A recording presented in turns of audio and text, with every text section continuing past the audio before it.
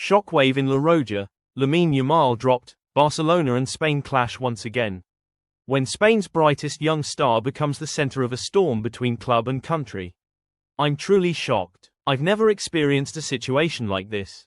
Those were the first words from head coach Luis de la Fuente after learning that Lamine Yamal, the brightest gem of Spanish football, had been removed from the national team squad just hours before Spain gathered for their two crucial 2026 World Cup qualifiers. According to an official statement from the Royal Spanish Football Federation, RFEF, Yamal is currently undergoing treatment for pubalgia, groin injury, and has been advised to rest for 7 to 10 days. At first glance, it might sound minor, but what truly shocked de la Fuente and the RFEF was that Barcelona never informed them in advance.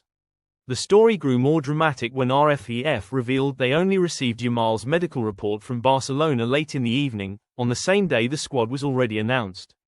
That left de la Fuente furious, not only because he had lost an important player, but because he felt completely sidelined from managing his own player's situation.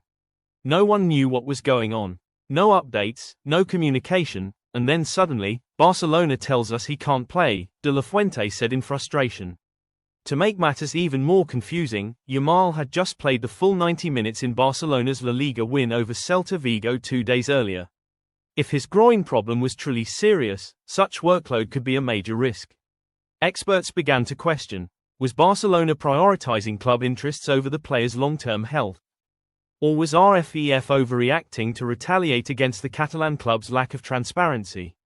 This isn't the first clash between the two sides. Back in September, Barcelona coach Hansi Flick publicly accused Spain's national team staff of overusing Yamal, claiming the youngster suffered a prolonged injury after returning to the club. De la Fuente fired back sharply, saying Flick was disrespectful and interfering in national team affairs. Though both parties later made peace, it seems the truce only existed on paper. Now, Yamal's sudden withdrawal, without prior notice, appears to have reignited the tension that had been simmering for months. Pubalgia is far from a simple injury, especially for a teenager like Yamal. It's a chronic strain around the pelvic area, often caused by overuse, repetitive twisting, and intense match schedules. Exactly what Yamal has endured, playing key roles for both club and country. Sports doctors warn, pubalgia doesn't heal in a week. If not treated properly, it can easily become a chronic condition, forcing players to miss months or even undergo surgery. So, if Barcelona acted early to prevent further damage, that's understandable.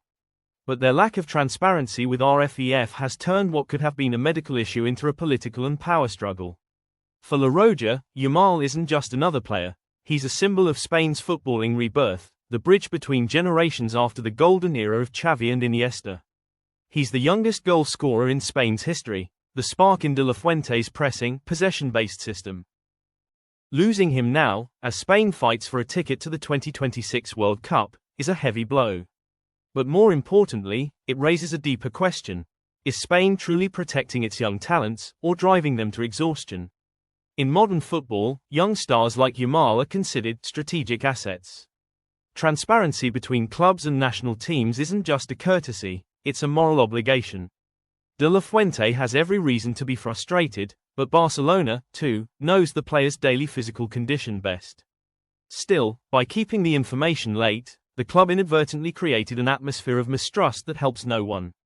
If both sides keep passing blame back and forth, the only one who truly suffers will be Lamine Yamal, a 17-year-old boy carrying the expectations of an entire nation. Spain will face Georgia on November 16 and Turkey on November 19, two matches that could decide their World Cup destiny. Yamal will not be there. It may seem like a small absence, but for many, this is a test of how Spain treats the future of its football. Football isn't only about winning. It's about how people come together to protect what matters most: health, trust, and the future. What do you think? Who's right in this situation, Barcelona or the Spanish national team? Was de la Fuente right to be angry, or does Barcelona have the right to protect their player as they see fit? Leave your thoughts below, because sometimes, debates like these are what truly keep football alive. If you enjoyed this story and want to support more in-depth football content, don't forget to like, subscribe, and share this video.